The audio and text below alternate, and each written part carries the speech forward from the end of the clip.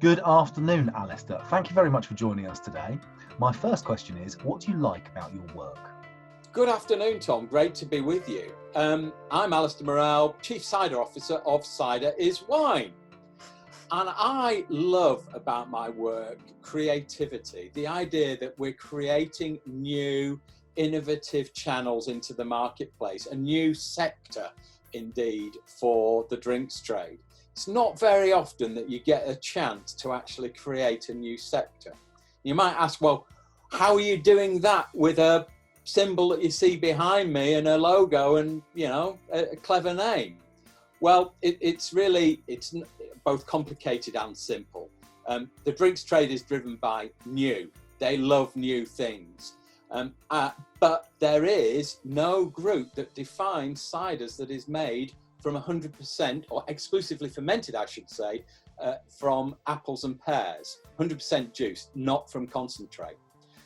Because most people don't realise that the cider that they drink in the UK is actually made from 35% juice, or most of that can be, in fact, all of that can be imported. So I can have a British cider that is made all from imported concentrate. That's just wrong, isn't it? I mean, British cider should come from British apples and be made from British apples.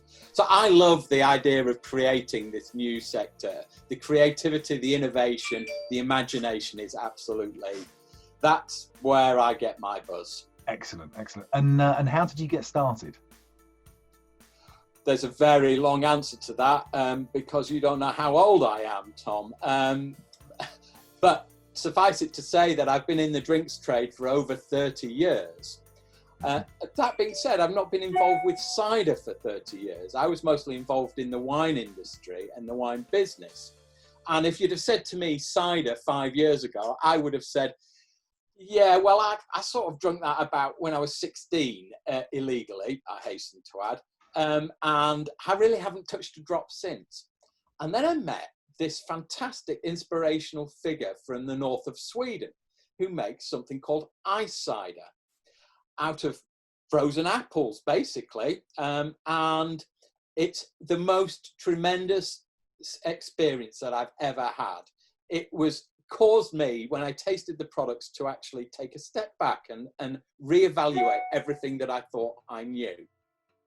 And say, well, if they produced that from apples, I've got to kind of take everything down that I thought I was wine and build it back up again, because that cider is every bit as good as that wine. Different facets, different factors, different elements, but the essential elements are really the same. So it was that kind of trigger moment that said, oh, wow, that's incredible. That's what really got me started thinking about cider is wine. Okay. And what advice would you give to someone starting out today? Be brave, be adventurous, go and explore as far as you can. The boundaries of what we can achieve today are far broader than what they were when I started out 30 odd years ago, and indeed what they were even 5 years ago. So go and explore, go and find something that you're passionate about and follow it with determination. Don't be afraid to get it wrong. You know, you've got to get so many things wrong before you get one thing right. And, you know, we get things wrong every single day. There's no doubt about it. I've just sent off to the BBC Good Food magazine, who they're going to publish about us this Christmas. And in a case of 6 ciders, I put 7 products. So we get things wrong all the time. It's a really simple thing. It's a really stupid thing. But, you know, you've got to get it wrong to get it right. And so don't be afraid to get it wrong.